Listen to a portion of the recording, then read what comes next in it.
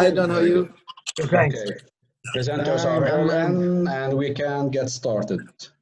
Okay, everybody, thank you for joining. I'm happy to be co-hosting this webinar with Dr. Abdulkhalek Abdullah and my friend Mohammed Baharoon. Just a quick reminder, if you guys have any questions you need to make, please use the chat. It's in the center, the bottom center of your monitor. You will see the chat. You can just send me if you have a question or a comment, you'd like to make a comment. I will give you the floor. Just please avoid talking if you're not giving the permission to do so, because the Zoom will move the video according to who's speaking. So to avoid any chaos here, please just send me a request and I will introduce you. So we will start now. I would like to welcome all of you for this webinar. We'll be talking about the impact of the COVID-19 and the oil crisis, which is now taking a very steep turn on the UAE and the region in general, but we'll be we'll be focusing mostly on the UAE. I was dealing with it, and if there is any impact from the neighborhood will also be included. Without further ado, I would like to introduce first Mr. Mohammed Baharoon, who is the director of the Bhuth Public Policy Research Center here in Dubai, and he will take off talking about the issues and governance and what's so forth. So, Mohammed, the floor is yours. Thank you, Riad, and apology for the delayed appearance. It used to be fashionable, not anymore, I think. Thank you, Riad, for the invitation, for organizing this session. I could see a lot of good and old and new friends. So it's fantastic to be in this session. Riad tasked me with a very difficult task of trying and assessing the concept of resilience when it comes to a crisis like the COVID-19 crisis. And he said, could you look at what the UAE did and assess the responses, whether that shows any sort of loopholes or even good preparedness when it comes to resilience. Now, he asked me to look at a number of areas. I will try and touch upon some of those and leave the rest for the discussion. First area is the area of governance. So as a country, the UAE, as government, could it manage the situation, and how could it manage the situation? Was it responses reflecting any sense, degree of being prepared or not for a crisis like this? Was it measured, not measured? What are the areas in which it was good or even faulty in? And I would say that first area of governance is structure. You need structures to govern. And the UAE, it seems, had a mix of existing structures that came to its aid at this point, and actually developed some new structures to address those issues. One of the existing structures is the National Emergency Crisis and Disaster Management Authority in the UAE. And this is a UAE-wide federal authority. This came to existence during the previous crisis we had, and a natural disaster, which is the Gono hurricane. Now, that structure was put in place. It has built a number of resilience, a number of redundancies, a number of protocols to address different types of crises. And it seems that they were at the forefront of the measures that the UAE has taken during this time. There's also evolved structures, and one of those that has evolved was the Dubai Supreme Committee of Crisis and Disaster, and this worked on the local level rather than the federal level. So we could see federal level structures, local level structures. We also saw new structures being put in place. One of them is the Dubai Disease Control Center, which is a new initiative looking at this type of crisis, which is medical epidemic. And this has been put in the light of the possible threat of that type of pandemics repeating in different forms. So it was quite obvious that we cannot look at security only through the concept of security as being physical security. We need to expand it, and I will leave this because I think Riad is going to talk about that later on. There's also the new UAE initiative on food security. Even though the UAE had a minister for food security, it had a strategy for food security. Now I think they're creating not only a strategy, an initiative with structures put in place with partnership also with the private sector. So these are structures that allow you to deal with crisis. The other point is orchestrating.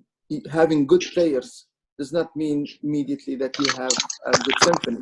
You would need to orchestrate those players, and you need to see that they are playing with each other in a fashion that is acceptable. And what we've seen is that there was a fantastic level of orchestrating between the public sector, both on the federal level and the local level. We've seen also, for instance, the role between the Ministry of Health and the health authorities on the local level. We've also seen the mixed sector, which is the semi-government sectors coming into aid. So in the healthcare sector, for instance, Mubadala, with the ADNIC in Abu Dhabi, same thing here in Dubai, moved to turn facilities into temporary or field hospitals. This is the role where mixed sector started to play. We've also seen the role of private sector mobilized, working on a different level of partnerships from the healthcare services. I mean, areas like, Can you come at 5:30 because I am very busy right now. I think it would be good. Okay, then come tomorrow. Bye. It would help you a lot to avoid the distraction. So the private health sector, private food delivery, for instance, private food outlets mobilized very quickly to help people stay at home while making sure that their needs are there. And this could not have happened without a very good collaboration between the government and the private sector. So that has heightened up the ability to mobilize everyone. But it was not only at those sectors, also the societal sectors. So we've seen mobilization of volunteers in different areas. So the community also was, other than adhering to directions and regulations, there was a volunteering movement to help and perform all of those needs. The third area for any governance assessment is legitimacy. Does the government or the authority has got enough legitimacy for people to accept what it's doing? And we've seen a very good example of how people were adhering to the concept of stay at home. And despite one or two issues of people trying to explore what does that mean in a sense, but the majority of people were very, very, and this gives you a sense of this adherence to law, gives you a sense that there's enough legitimacy and trust between the government and the people to understand that there's a common challenge, there is a need to do this for a greater good. There's also been a very good support for government policies. I mean, if you had to go out in any given day in the UAE, you would find that people are adhering to protection, personal protection like masks and gloves, social distancing. to a great extent. But on the other side, we've seen also a commitment from the government to support people. And I think this is the other side of the coin of legitimacy. People were not left alone. So there have been a number of initiatives to help make sure that people get the type of help, support they need, from medical help all the way to making sure that their needs. For instance, the Dubai police have launched an initiative to make sure that senior people in the UAE, old people across from all nationalities, have got a way to ask the police to help them with getting their supplies instead of going out. So this is a kind of how governments is supporting people in the same way that people are supporting government. The last bit of governance is the concept of enforcement. Now you've got a law, you've got a policy, how do you enforce that policy? And we've seen, for instance, that the UAE have looked at it, slightly different. For instance, they started something called the National Disinfection Program, which everyone else called a lockdown. In the UAE, the name was not only a change of a nicer name, it was a focus on the objective of the lockdown rather than the form of the lockdown. So the lockdown was supposed to help government to disinfect the areas, reduce the ability of transmission of the disease. And that also shows you that we're looking not only at what we're telling people to do, but why they're doing it, how they're doing it. Also the concept of exemptions. So there were a number of sectors exempted from the lockdown. And looking at the exemption list would tell you that they were connected to people's livelihood. So there was a moderation in a sense. I'll give you an example, for instance, of halting flights right at the beginning. Some countries have opted to halt all flights from China, for instance, or from Italy. The UAE halted most flights, allowed one, for instance, from Beijing, one from Rome, and they put certain measures to get on those flights. But it shows you the idea of, yes, we will limit, we will control, but we will not stop completely because there is certain humanitarian aspect that need to be followed on. Again, the concept of studying from home instead of stopping school altogether, as happened in some of. So again, the enforcement was not a command, it was a tools of allowing people to, go by it. So this is the 4 elements of governance. The second issue Riad asked me to talk about was assessing UAE readiness. Is the UAE ready? And I would say that the COVID-19 proved that the UAE was ready. In the ability of the country to be able to provide help, support to something like 24 other countries. And I'm talking not about financial support, I'm talking about medical supplies. That means we've had enough strategic, storage. We've had.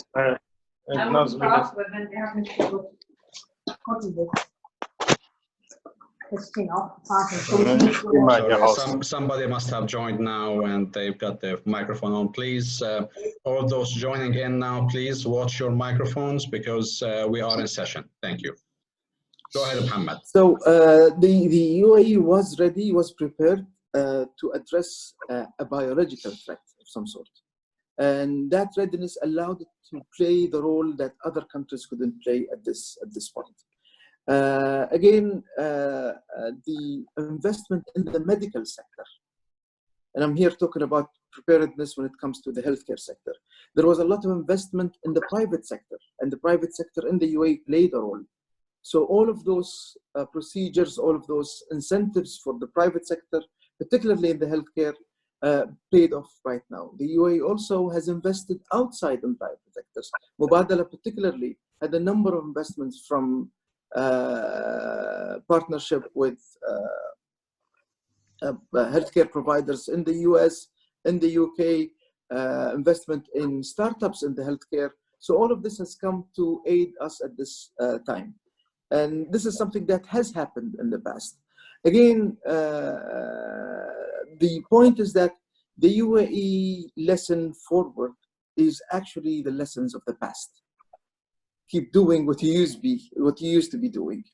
The last point, which is I'm reluctant to talk a lot about, but I will touch on a number of things, which is the economic downturn. Again, are we ready for the economic downturn or not? I think that the downturn is a global issue. It's not a UAE or even a Gulf region issue. And this is good and bad in a sense. But when it comes to the UAE been there, done that before. So 2008, a major downturn for the global economy, hit Dubai very fast. It was one of the first to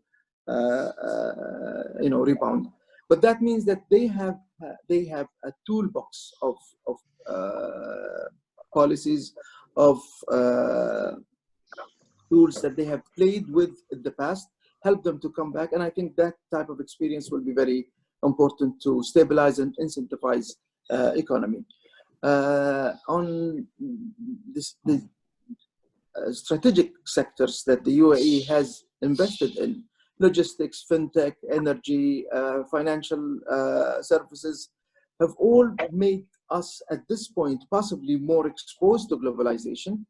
But again, it make us more immune to a regional crisis, like the oil prices, for instance.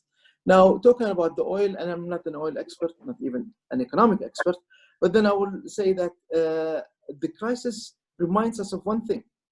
Oil is extremely important for global economy, and it will continue to be.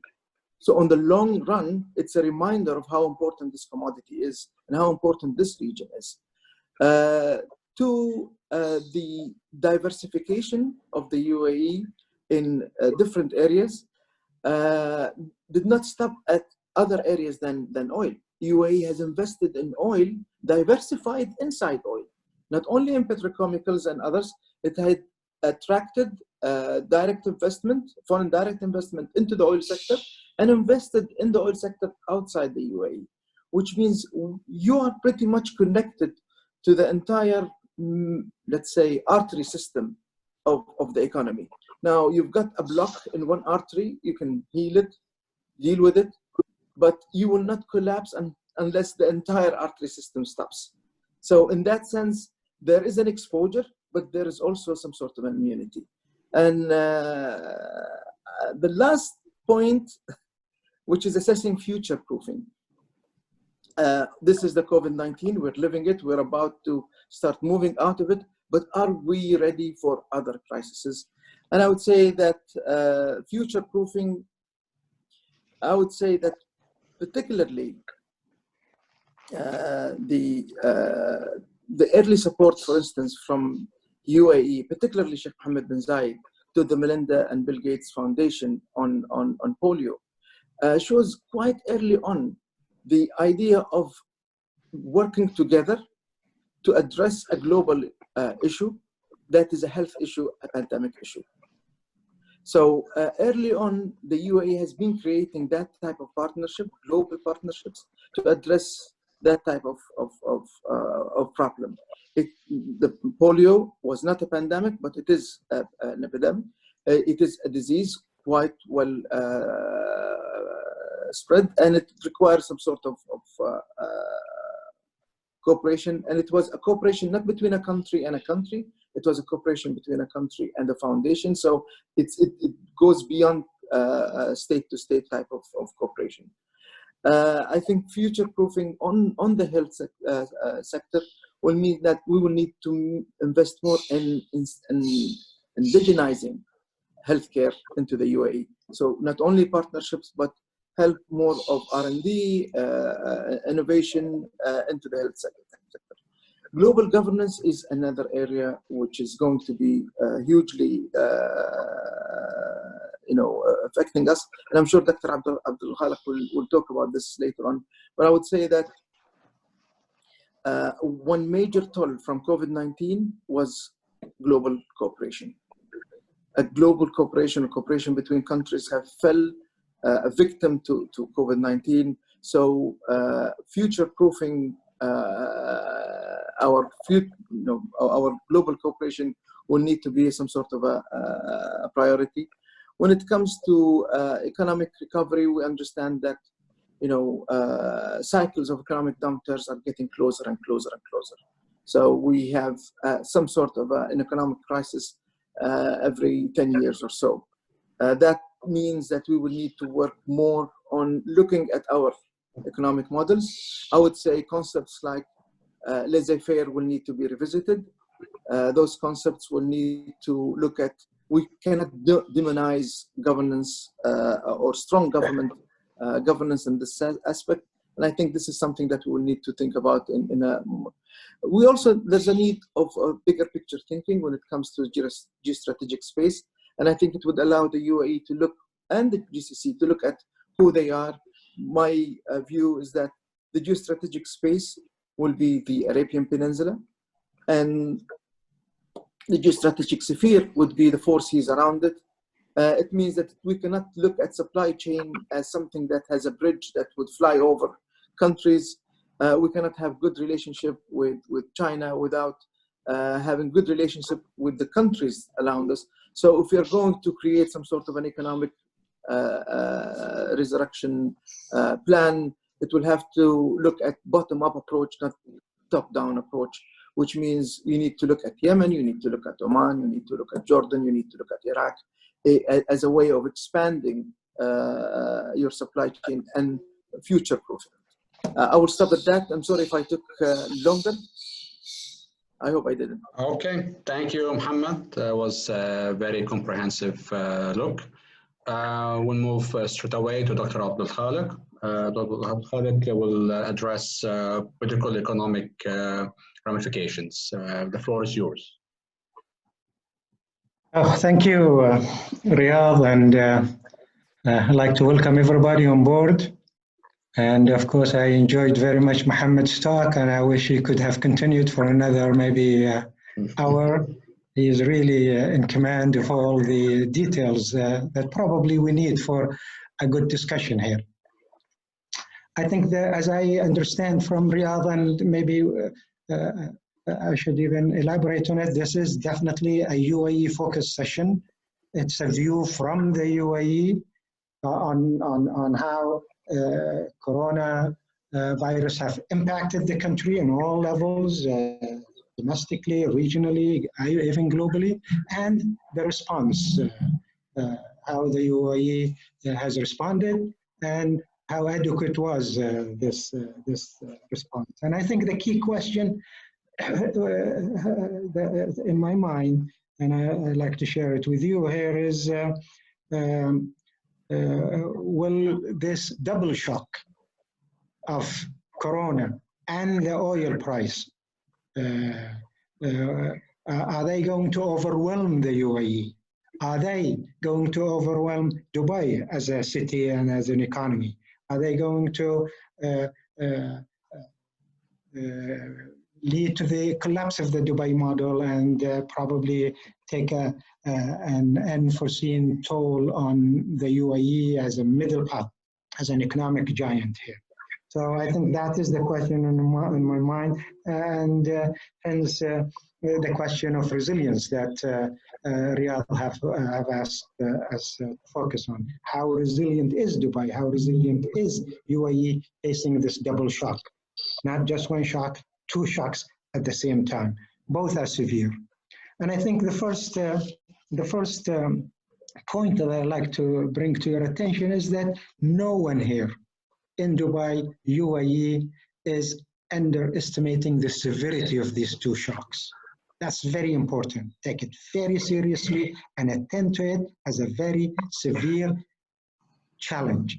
And country has been through challenges, and it has a recipe how to deal with it. This is, of course, a different challenge. This is a different crisis, if you wanted to even call it. But no one is underestimating the severity of it, locally, regionally, even globally. This is one of these tough, probably the toughest that we have seen so far. We have never been through this kind of an elaborate response to lock down a whole city and a whole country, and etc. etc. So, point number one, these two shocks are not to be underestimated. The second thing is that the second point here is also we should not, or this country or the leadership is not underestimating the severity of the impact of it. The impact is going to be severe. We still are in the middle of it. It's not even anywhere close to the end of both the oil price and the coronavirus. So how severe the impact is going to be, it's beyond anybody's calculation, but nobody's underestimating the severity of these two shocks either. And I think here the severity goes way beyond the immediate human cost. The immediate human cost is one, which is very important, but we're talking about also impact on the second layer, which is the economy, and probably later on other, the spillover of all of this. So that's the second point I wanted to make. And the third point here, which is more important, the severity of these two shocks, double shocks, the severity of the impact, nobody is underestimating. And the third, I think, is very important, and that is no one should doubt or underestimate the resilience of Dubai and UAE to take this double shock, these two double shocks, and prepare itself for the after shocks. And I think the country has been showing how resourceful it is, how capable it is in multiple ways. And I think Sheikh Mohammed have said it in one sentence: we will win. And I think he comes across as very genuine to the people who have heard him, because he is talking from past experience. The country, the city has been through challenges, multiple challenges over the past 50 years since the inception of the UAE and even before. And each time it has come out of this strong, even sometimes stronger. Now, how was the response? I think Mohammed has elaborated, so I'm going to just give you headlines rather than going into the details of it. And I like to frame it in three categories of responses, or three tracks that I have seen over the past 3 months of dealing with Corona, and lately with oil probably, but more so the Corona thing, because even the oil price drop is a result of Corona. 30% less demand for oil over the past 2 months have affected, of course, demand, affected the prices. So the oil shock is just, I think, is an offshoot of the Corona shock. So how was the response? On 3 different tracks and 3 different levels is very important. One has to do with national unity. The second has to do with regional diplomacy. And the third has to do with global solidarity. 3 categories are very important to bring to the discussion as to how to bring in the multiple response that the UAE has been engaged in. And the national unity was very important. I call it national unity because everything Mohammed has said, from governance to leadership to people's response and the various measures that have been taken, all of this comes under the heading of national unity. The country has shown very importantly, once again, time and again, that national unity is the key to face any challenge, any shocks coming. And the national unity, probably, if we wanted to digest it, probably come into different ways and multiple facets. And the one thing that national unity stands for is the trust. Trust of the government is at all-time high. This is one government that is trusted by the people. It is one of the highest trusted country according to the latest indicators, probably in the top 5 or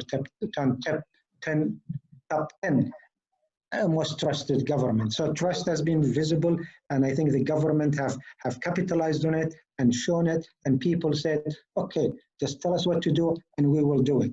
Take us to wherever you want to take us, and we come along with you, and we know that we are safe. And that's what Sheikh Mohammed bin Zayed have said. Just don't, we will take care of you, and everybody listened to him and said, we're fine with it. So trust is fundamental to understand one pillar of the national unity. The second is the leadership, the country, even the people have come across as confident and as you could imagine. Okay, confidence is important next to trust. Okay, probably this country is more confident of its capabilities, and it has shown it, whether it's on the health level, whether it's on social level, and on technology, etc. The country is full of confidence, and I think it has exhibited it, and that's why probably number-wise, okay, the casualties and the death toll has been the minimum worldwide, even compared to the best cases such as Netherlands, such as Denmark, such as Norway, etc. Those countries where welfare and is the most advanced. I think the country have done very well compared to any of the Nordic countries there. So trust is very important. Confidence is very important. And also we've seen how ready the country is in all levels, especially the health system. And I think, so when I speak of national unity as an important category here, it encompasses so many things. So that's one response to the corona shock. The second, I think we have seen also a regional diplomacy at its best too. All of a sudden, the UAE has extended hand to Iran, of all places. It has sent tons of aids, medical aids, food aids to Iran. Very people have understood how the meaning of all this. This is human diplomacy at its best. And it's an attempt to reduce regional conflict with Iran and regional tension. And I think the Iranian are responding very positively. The country has also sent a message to Syria, as far away as Syria, for instance. And I think engaging in regional diplomacy during pandemic time is a very important hallmark of UAE's response. National unity, regional diplomacy, but the country also during this very tough time and during these two shocks probably, especially the corona shock, have shown something very interesting. No other country probably in the region have shown it, but even on the globe, which is global solidarity. And I emphasize this because it's very important. UAE have been moving very fast, not only locally and regionally, but even globally. And here I have in mind that of all the 190 different countries in the world, UAE, I mean, are ranked second after China in terms of providing humanitarian aid, which encompass 24 different countries, as far away as Colombia, running through Greece and all the way down to wherever you could think of, okay? 24 different countries have received UAE aid amounting to 260 tons of medical supplies, urgent medical supplies. That have gone to something like 250,000 medical workers, the front line people confronting corona. So global solidarity, national unity, regional diplomacy, all of this shows you that the country have used the challenge as an opportunity, seized it as an opportunity for domestic, regional, and global purposes. I think at the end of the day, what I think is important is not to underestimate how ready this country is, and not to underestimate the resilience of the country. It all boils down to the fact that the fundamentals are solid.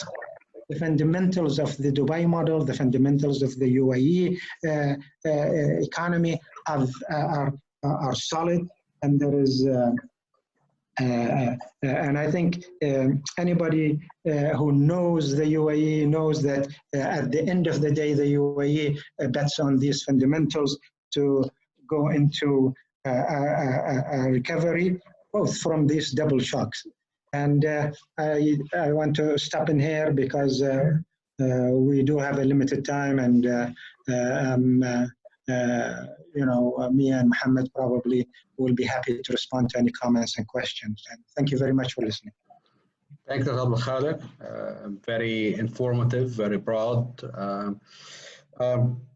From my side, I'm going to make my presentation brief. A lot of the things that I wanted to mention were raised and covered by the two previous speakers.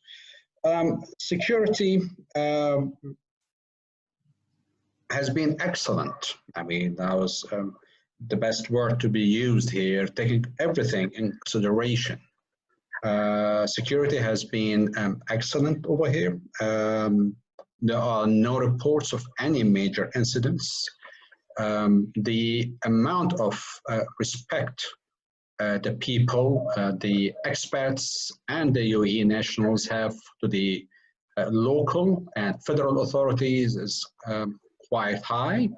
And this was reflected in the compliance, the level of compliance of the people in the UAE to the lockdown. We didn't see, in some Arab countries, we saw the military being used to impose curfews, to impose the lockdown and so forth. Here there was nothing. Even the police had a very small visibility on the roads. We saw the UAE put in place its electronic capabilities, either by surveillance, cameras, and so forth, to enforce the lockdown, and the level of compliance has been quite high. Also, the preparedness of the healthcare sector proved quite sufficient for providing the extra beds needed to deal with the rising number of cases. So we saw field hospitals being open, but without resorting to the military, as was the case in some European countries, in the States, other places. We saw countries resort to the military for assistance in opening and building mobile hospitals, field hospitals, and so forth. Here, there are 3 field hospitals that, or 4 actually, 4 field hospitals that have been established in Dubai and the UAE, but all were provided by the Ministry of Health or the Dubai Health Authority or the Abu Dhabi Health Authority, along in collaboration with the private sector. So the military did not play any role in this regard. However, the military played a role, as Dr. Abdulkhalek indicated, in sending international aid, international assistance, humanitarian assistance that was all carried out by the UAE military. The Air Force transported all these huge quantities of aid to all these destinations of countries that needed medical supplies. So we saw the, so very much the, internally, we've seen the country that has expats from nearly 200 nationalities, which is a huge challenge on its own, have actually managed to run the things very smoothly. The situation, with the whole situation, with the lockdown, with the level of compliance and so forth, all were proven to be very efficient, very successful. I'm sure the security are vigilant for all possible scenarios, any groups that could take advantage of this pandemic to cause problems and so forth. We have not seen any incidents. We have not heard of any such incidents, which also by itself is a testimony for the success of the local security agencies, local and federal, as well as the military. The thing that I would look at regionally, I'm sure the UAE, as other countries, are looking with a great interest to the incidents that were reported in the Arabian Sea and the Arabian Gulf waters during the month of April. We've had the incident of the ship being stopped. The Chinese ship was stopped briefly by the Iranian guards. It was released on the same day. And we saw the friction during the US Navy exercises where the IRGC Navy boats came, harassed the US Navy ships. We all saw the statement by CENTCOM and the response from Iran. And the most serious for me was Iran, the guards deploying anti-ship missiles along the coast of the Strait of Hormuz. This is very alarming, the timing of this. While the whole world, including Iran, are very much preoccupied with the coronavirus pandemic, the guards are deploying anti-ship missiles along the coastline. Is this Iran misinterpreting or the US exercises in the region? Do they see these exercises as ways by the US to eliminate the deterrent Iran could pose via its ability to close the Strait of Hormuz? There's a lot of possibilities, but the deployment of these anti-ship missiles and then Iran announcing now that it has missiles that with the ranges up to 700 kilometers,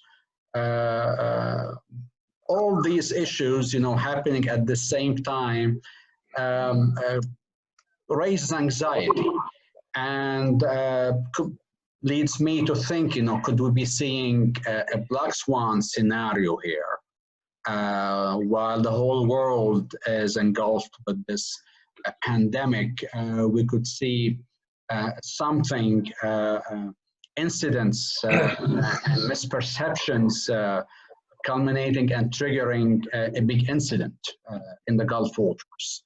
And we all know that May 25 is the date everybody is waiting to see or expecting Iran to make a move with respect to the ultimatum it gave the Europeans and so forth to take measures to ease the sanctions on Iran.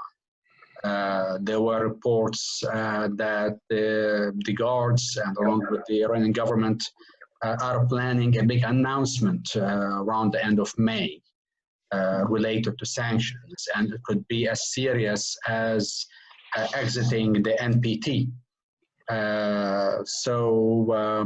This would definitely have big regional, international ramifications that will have somehow a consequence on the UAE. I know our discussion is very much UAE-centric, but UAE is in the heart of the region. UAE is a major player in the region, and the UAE cannot find itself not involved in anything that would have major ramifications, security, militarily, and economically in the region, even though it could be started by foreign players. And lastly, the only thing that the UAE was involved in regionally on the military side was the Yemen conflict, and we've seen further moves by UAE to distance itself, lessen its involvement. It has pulled out of the war in Yemen, and whatever activities we're hearing down there are mostly related to training, aid programs, economic programs, and so forth. So we haven't seen much activity coming from the UAE or announced from the UAE related to the Yemen conflict. The UAE welcomed the announcement by Saudi Arabia of the ceasefire. It has supported it, and now we are waiting to see how much this ceasefire would hold, would go into, if it's going to really go into effect. We understand that it hasn't completely gone into effect. There are still violations here and there, but there are reports of the UN talks making progress, and therefore, this is one conflict that I'm sure the UAE will be happy to see come to its conclusion sometime soon. So this is my bit on the topic. Now we'll open the floor. I have two people who have requested to make questions. First, we'll go to John Donnelly, and afterwards to go to Patrick Clausen. So John, the floor is yours. Thank you very much, Riad. Thank you very much, Riad. And thank you to our three presenters, Mohammed, Dr. Abdullah, and Riad. I thank you for the excellence of your presentations. And indeed, I've learned a lot. I'm not surprised as to how well the UAE is dealing with this crisis, and in a way how prepared it was for it, having lived in the UAE for the best part of 5 years and spent several years prior to that visiting and working there. The thing that always struck me in the UAE was the great and enormous trust, and this has been highlighted by Dr. Abdullah, in the leadership. The leadership simply oozes confidence and gains trust. And I've always been struck by the total loyalty to and confidence in leadership. And this leads to national unity and a unity of approach. Also, of course, the quality of the people and the quality of the healthcare system in the UAE makes a huge difference. What I would like to do just in maybe 2 minutes or so is maybe to broaden the discussion a little. Mohammed emphasized at the beginning that the economic downturn will be a global issue, and he went back to 2008 when there were challenges and very well dealt with in the UAE. Equally, in the country I come from, Ireland, we had enormous challenges in 2008, and we rebuilt our economy into a very strong and effective one, thanks again to leadership and the people working together and trust in the leadership. I think we're all facing that now, and certainly the European countries. Mohammed highlighted that the economic downturn is a global issue, and it is, because no matter how one looks at the fallout from COVID, the fallout on the economy will be grim. And I am convinced that countries will not be able to deal with this on their own. Countries will have to work together. And as again was highlighted by Mohammed, it's wider than that. Countries and leaderships will also have to work with the private sector and with the people, because the huge craters that are left in economies when COVID dies down, in fact, they're there already, will take a long time to fill. And this means that I think we have to put very ambitious national and global recovery plans together. This can only be done if countries and nations work together. And particularly if the virus continues, as I would maybe use the word undefeated in the months to come. Economies will even take a lot longer to recover. And also, Dr. Abdullah mentioned double shock. Well, I just want to mention a double shock of a slightly different variety, and that is people are being, and we all have to be, confident that we're going to move out of this situation that we're in now in the near future. Nonetheless, I think that the huge pressure to restart economies will see people going back to work. In some places, maybe too early. In the absence of a vaccine or antiviral drugs, is there a danger that the people who will be beginning to go back to work in the coming months, will they be any safer than they would be if they were back at work now? So I just wanted to raise that, and maybe any of the speakers would care to comment on it. And I think that countries, I presume anyway, must strive to lift the restrictions in stages that pose the greatest benefit to the economies and the least risk to their people. Thank you very much, Riad. Thank you, John. We'll take one more or a couple more questions before I give the floor to Abdulkhalek and Mohammed. We'll have Patrick and followed by Christian. First, a comment, Riad. About 45 minutes ago, Mr. Trump sent out the following tweet, quote, "I have instructed the United States Navy to shoot down and destroy any and all Iranian gunboats if they harass our ships at sea," end quote.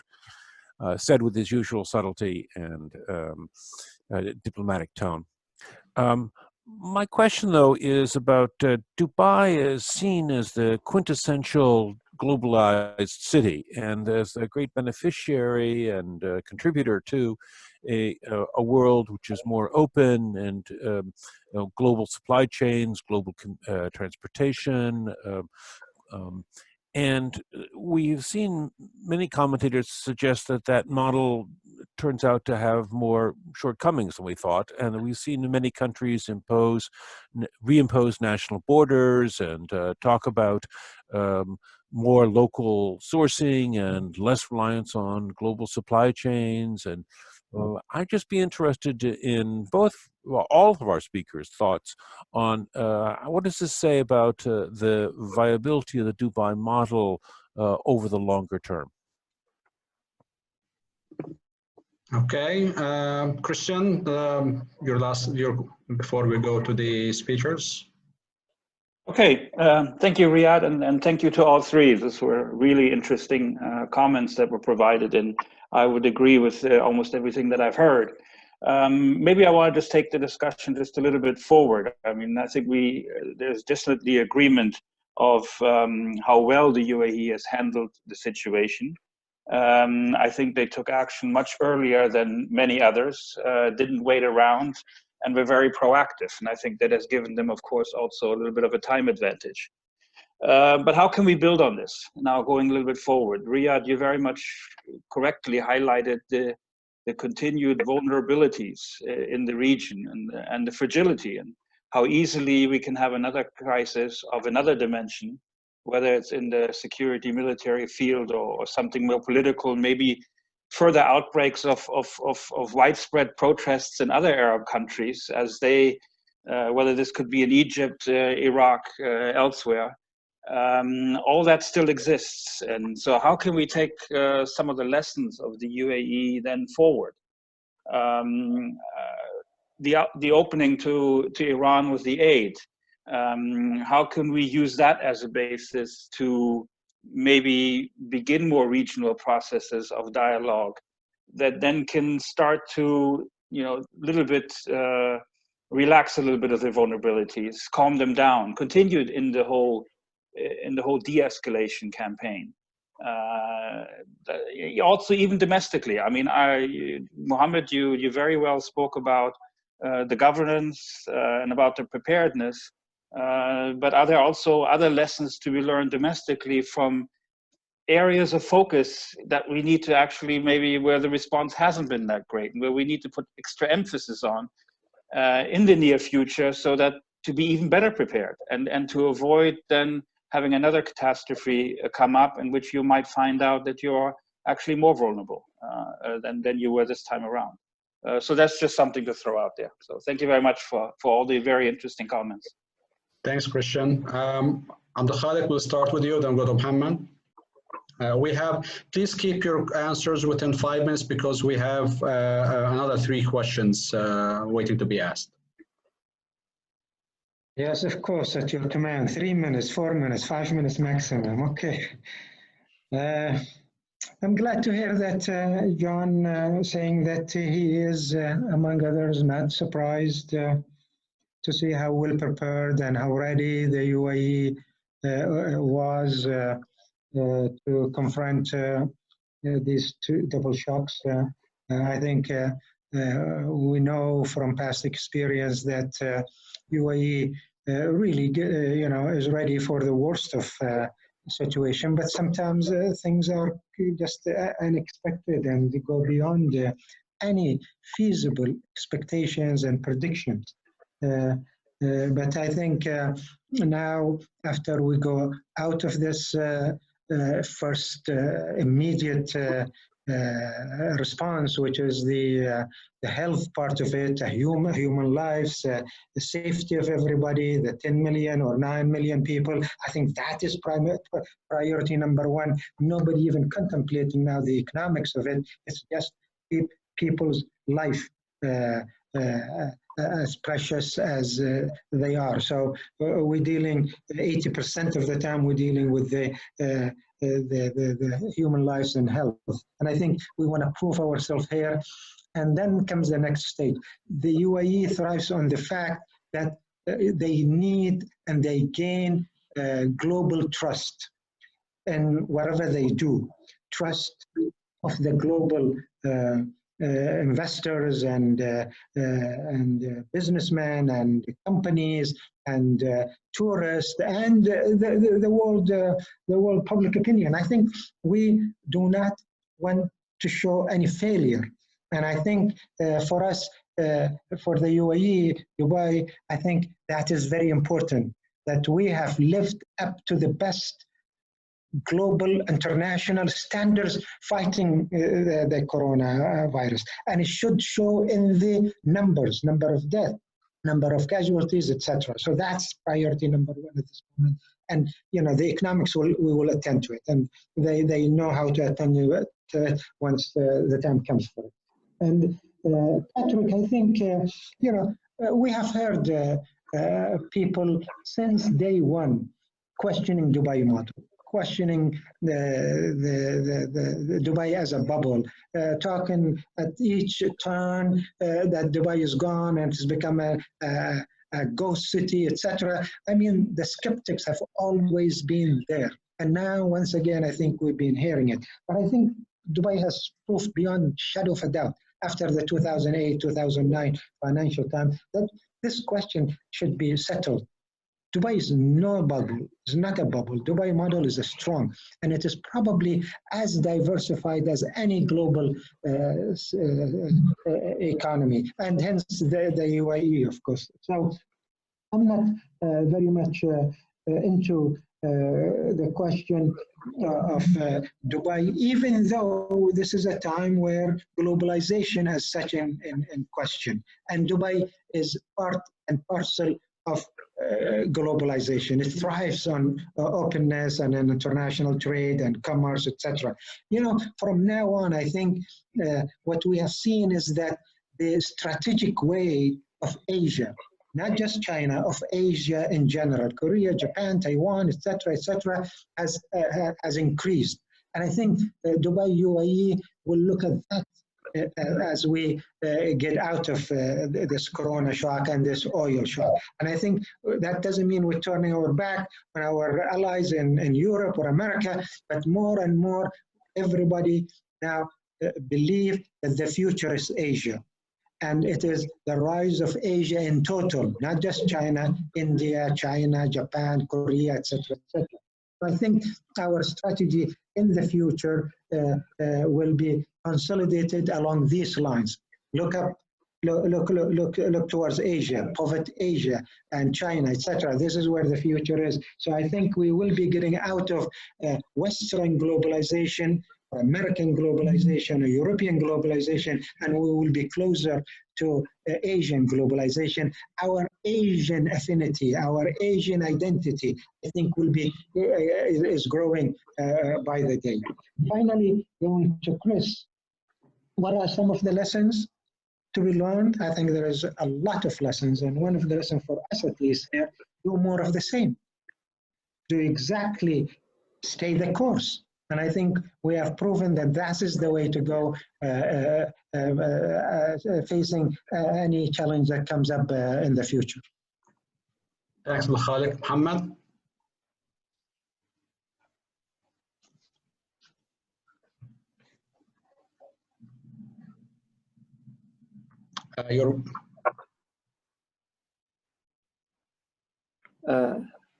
John, okay. you've asked about the exit strategy in a sense. How can we go back into a source of normalization? And I think that there is going to be this careful, gradual going back to life, trying to make sure that we don't get a huge setback, but at the same time, give people ability to move. And I say ability to move because mobility is a very important aspect that has been hit by the COVID-19. The whole concept of, either 14 or 28 or 36, based on what type of assessment you get of the viruses, being incubated in a human body, is what made people enforce a 14-day curfew. And the ability of the lack of ability to test someone and tell quite assuredly that this person, and within 10 minutes, I can tell you whether they have the virus or not. And if they don't, just go out. This has put a toll on mobility. So regaining mobility is going to be a major step. To get mobility, we will need to invest a little bit in changing, at least in the UAE, the strategy from the national disinfection strategy, which is the state takes control, stops people from movement, or direct their movement in a sense, into a personal protection strategy in which people protect themselves from either giving the virus or receiving it from someone else. That would allow us to go back slowly into life.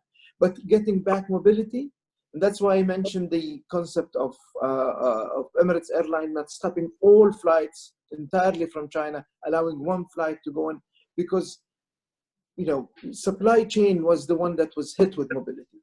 People's movement from one country to another, being able to travel even from Dubai to Abu Dhabi, if you want, will be hit. And moving workers from Sharjah to Dubai has been hit. So allowing this to go back, I think, would be and doing it with the minimum,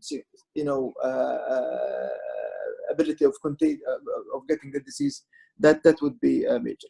Again, I think Dr. Abdulkhalek answered the Dubai model. I would only add, this would depend on what you mean by the Dubai model, Patrick.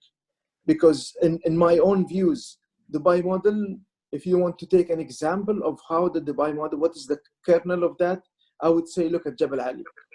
And Jabal Ali started not only as a free zone, but as let's defy the concept that only locals of the UAE can own business.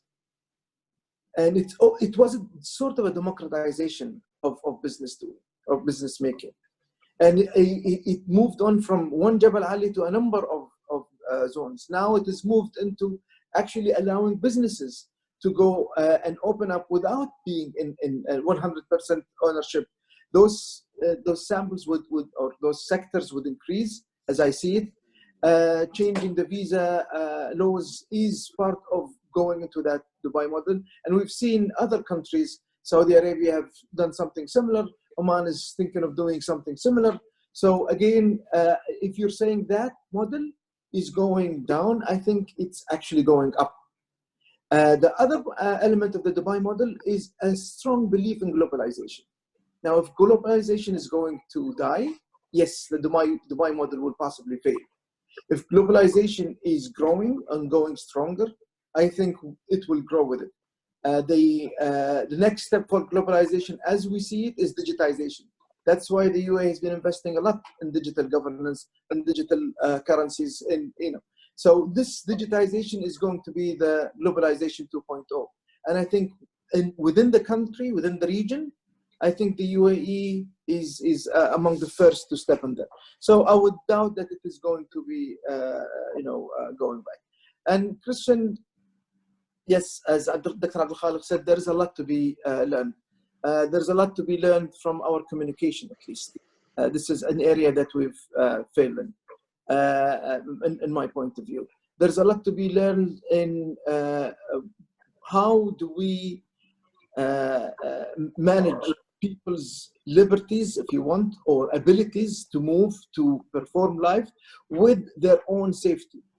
And who says whose safety is, if I decided as Mohammed Baharoon that actually I'm not going to wait being afraid of coronavirus, I need to go out, get it over with it. Let me develop that.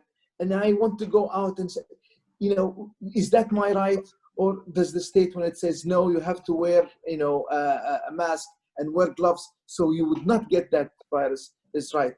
Now, these are discussions that are happening, and we're trying to discover what are the limits, how far can you go, how far you cannot go. So I think that is part of the lessons learned.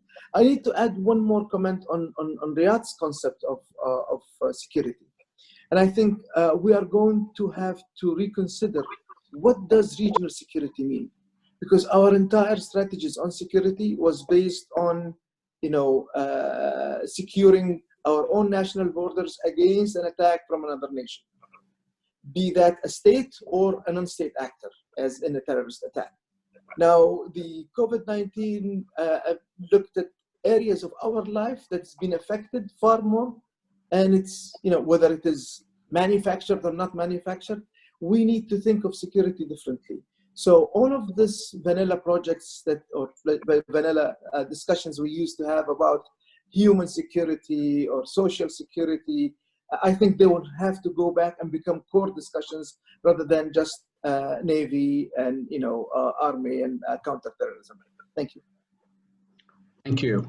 Okay, we have 3 questions. I will make my comments in this last round. So these 3 questions coming up will be the last round. The first question I'm going to say it because it's a comment or a question coming from the NATO Hub South. We have a group of guys from the NATO Hub South following us on this conference. The question is, how many COVID-19 plus and the oil crisis stimulate further cooperation to support more vulnerable countries in the region? My question is, how may COVID-19 and oil crisis and the oil crisis that we have right now stimulate further cooperation to support more vulnerable countries in the region? So please take down this question. Before we answer, I will give the floor to first Cynthia and then to Dr. Sharifa. So Cynthia, please go ahead. Hello, everyone, and thank you very much for your presentations and your questions and your comments. Very instructive so far. My question is about, I guess, the regional aspect of COVID-19. And in particular, it has emerged that now probably Turkey is becoming the epicenter of the pandemic at the regional level. I think they have officially announced more cases than Iran. So I am thinking, given that the UAE instead, I think has, in my opinion, emerged as the leader for extending humanitarian aid and cooperation in this context, should we expect aid towards Turkey as well, as has happened with Iran and with Syria?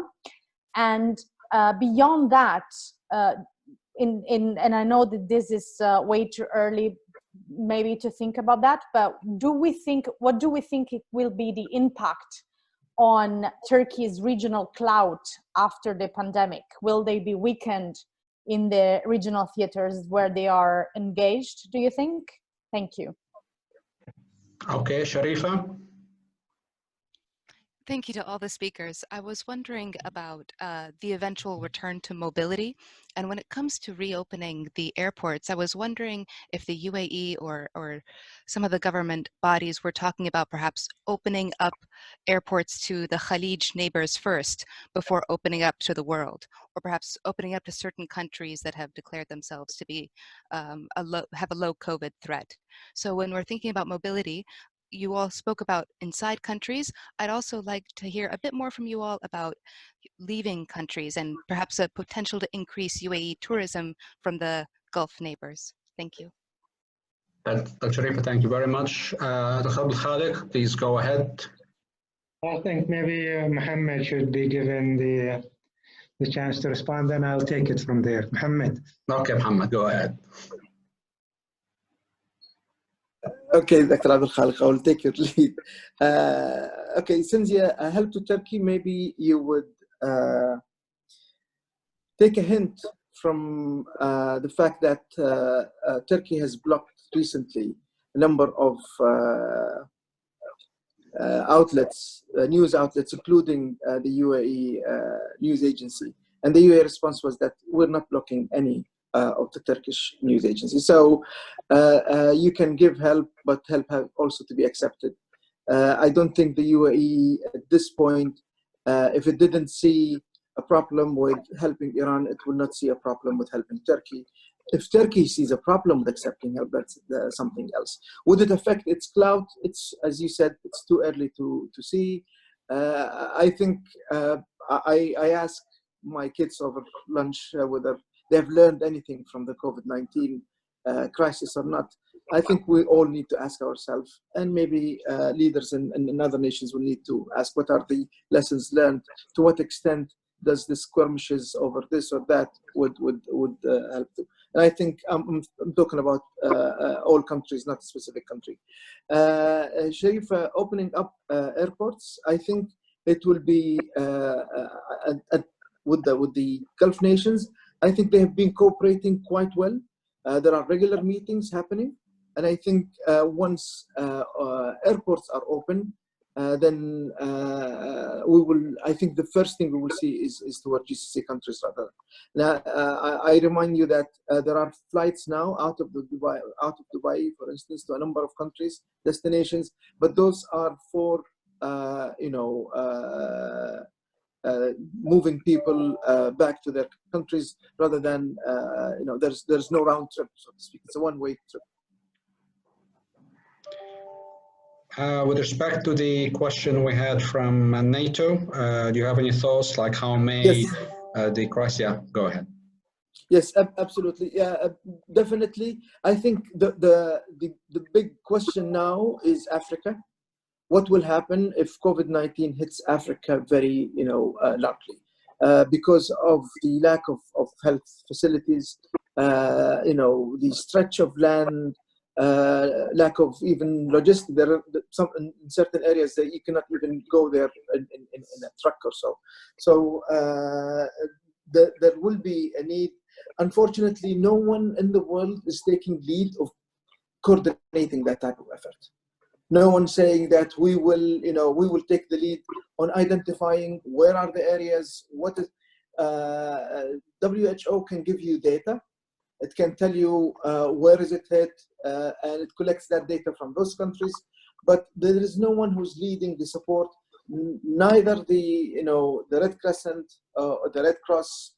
There is no one entity, one go-to entity that would say anything that has to do with helping COVID-19. This is the clearing hub, so to speak, where everything goes to. The one entity that operates like this, but only logistically, is the Dubai International Humanitarian City. But again, it's a logistic hub. There is no governance body that collects data and say who can contribute. And I think there is something that's lacking. Thank you. Dr. Abdulkhalek? Yeah, just a very quick response here too. First to the NATO, I think the UAE has been probably among the very few, or maybe the only country that has sent aid to Ethiopia, to Somal, to the African Unity, in close cooperation with the World Health Organization and other international organizations.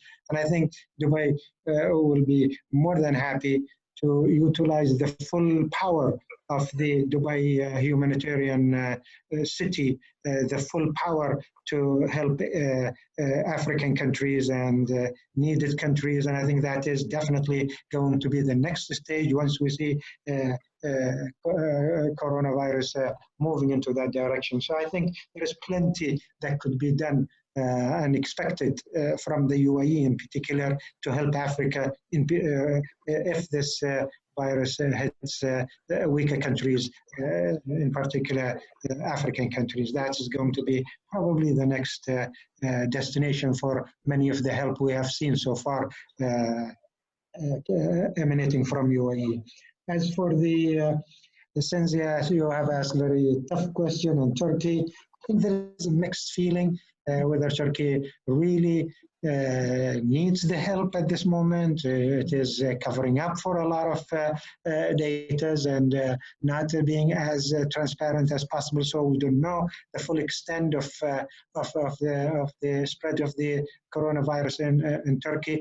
And I think Turkey, even if UAE or any of the other countries, but UAE in particular, wants to help Turkey, I think Turkey probably will not be very receptive to any help coming from Saudi Arabia, from the UAE, for a lot of political, moral, psychological, whatever confusion that the leadership in Turkey goes through. So I think it's going to be up to Turkey to accept help more than the UAE, probably being more than happy to send whatever help that is needed. And they have plenty to help Turkey or any other country. The reservoir, the stocks are so huge here in the UAE, and the UAE will be much more happy to help, since it did help Iran. Probably Turkey is going to be just another country to receive a humanitarian, regardless of the politics of it. But I think the resistance will come from Istanbul or Ankara rather than from Abu Dhabi. As for the third question, Sharifa have asked, Mohammed have addressed it. I think the airport will be open, and I think let's just think 3 months down the road, I think we will have Dubai Airport, which is the biggest international airport in the world, probably is going to go into 50% full operation, not necessarily full operation, but 50% capacity back at least in a month or two from now. And probably by September or whatever, I think we will have this international aviation hub will be in full operation. And yes, I think regionally, I am very optimistic that we might have some kind of getting over this rift that we have here, Gulf rift with Qatar. Plenty of things going on already on the GCC front. We have seen ministers of interior, ministers of economics, ministers of trade, ministers of health have already had 4 different meetings during the last month. This is an activation of GCC with the new Secretary General board and with the UAE being the presidents have the chairmanship of the GCC. I'm very optimistic also on that level.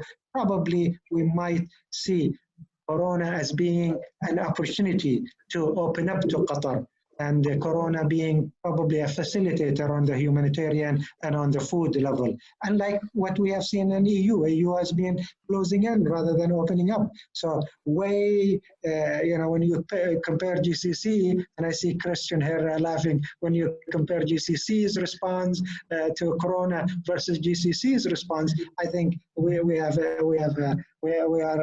better off. And I think people will appreciate what is happening right now to have probably an opening up and probably getting over this Gulf rift. And I expect there will be a summit, a virtual summit, and with Qatar being there, and probably the Emir of Qatar being there, to take place sometimes during Ramadan. Just to nice. So we have here a very positive and ambitious expectation that we all pray that it will become true very, very soon.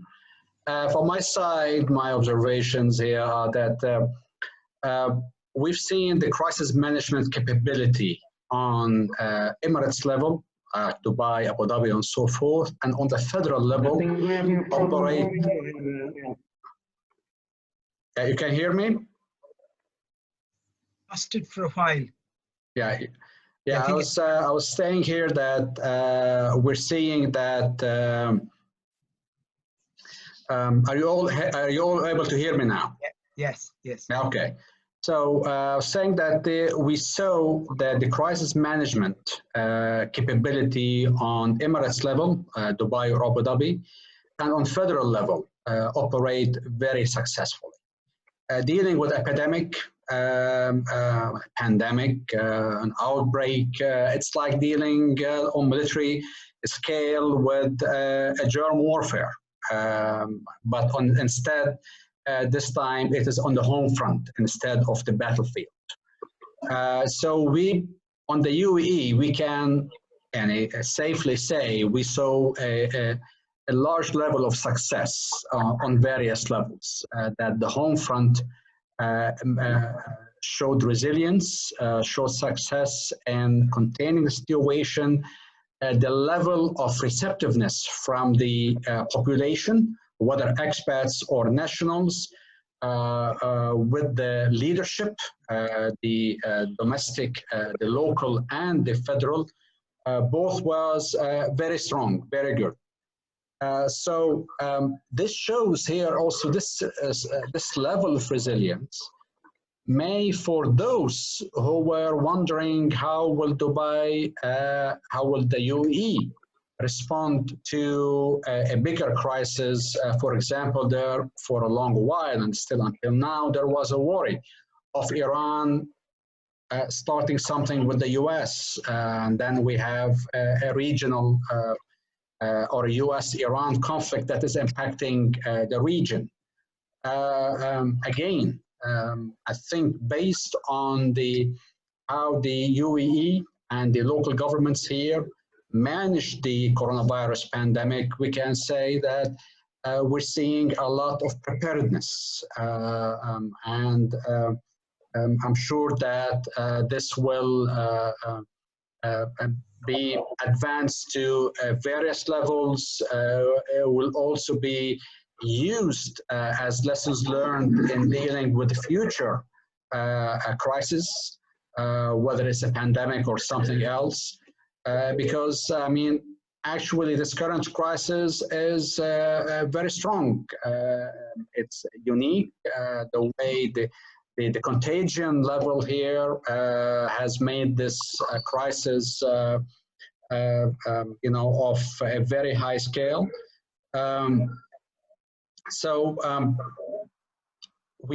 I'd like to close. I mean, we're a bit over time here. I'd like to close by thanking everybody for joining, by hoping that these incidents we're seeing in the Arabian Sea continue to be just a usual friction without any escalation. And until there is a vaccine, I think we all agree that we will be living under a new norm. The lockdown in UAE is expected to be lifted within the next 2 weeks, either on the 3rd or the 10th. So we could see here some sort of a lifting, but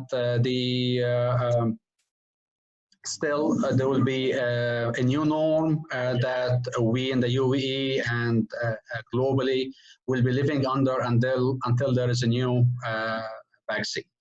Again, I'd like to thank Dr. Abdulkhalek, Mohammed for the presentations. would like to thank you all for participating and look forward to seeing you in future contributions. That would be all. Thank you, guys. Thank you very much. Thank you. Thank you. Thank you, Riad. Bye-bye.